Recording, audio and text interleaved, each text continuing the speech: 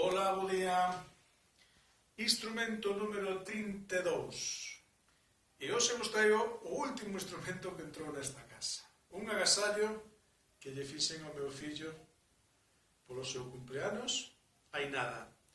E dun artesán, o que lle estimo moito, Oli Xiraldez.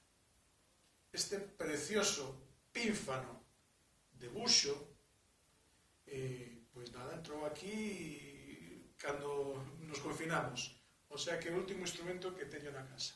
Como sabedes, o pínfano é un pouco das familias das requintas galegas e demais, pero o pínfano é o máis agudo de todos eles.